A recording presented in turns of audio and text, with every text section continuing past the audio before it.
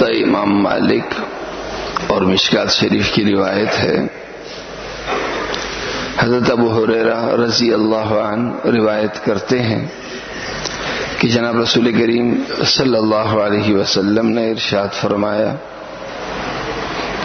الذی یرفع رأسہ ویخفضہ قبل الامام فإنما ناصیتہ بید الشیطان۔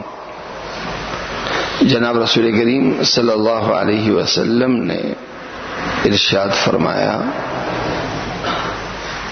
جو شخص امام سے پہلے کسی رکن سے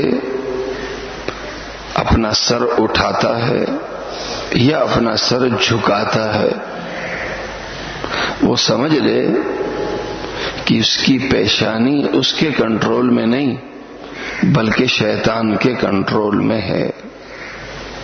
جو شخص امام سے پہلے کسی رکن میں جاتا ہے یا امام سے پہلے کسی رکن سے اٹھتا ہے تو وہ سمجھ لے کہ اس کی پیشانی اس کے کنٹرول میں نہیں بلکہ شیطان کے کنٹرول میں ہے۔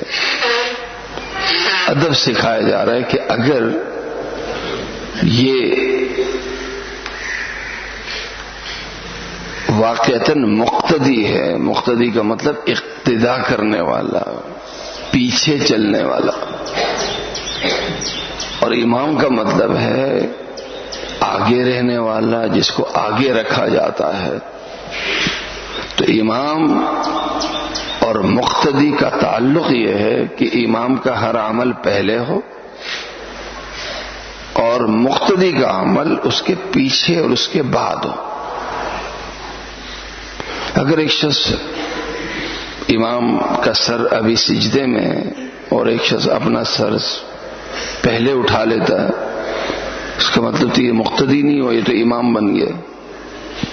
امام ابھی رکوع میں گیا نہیں ہے کہ وہ چلا جاتا ہے، امام نے ابھی سر اٹھایا نہیں ہے کہ اس نے اپنا سر اٹھا لیا اس لیے کہ میری تسبیح پوری ہو گئی، تو اقتداء نہیں کر رہا، یہ اپنا عمل کر رہا ہے۔ فرمایا یہ شخص جو یہ عمل کر رہا ہے باوجود ہے کہ یہ مقتدی ہے پھر بھی کر رہا ہے، تو یہ سمجھ لے کہ اس پر کنٹرول کس کا ہے؟ شیطان کا کنٹرول ہے۔ یہ سمجھ لے کہ ایک تو ہے نا عام کسی بیماری میں بندہ مبتلا، اور ایک یہ ہے کہ شیطان کے قبضے میں ایک شخص آ جائے۔ تو قبضے میں آنے کا مطلب ایسے شخص کو اپنی اصلاح کرنی چاہیے۔ اللہ تعالیٰ مجھے اور آپ سب کو عمل کرنے کی توفیق عطا فرمائے۔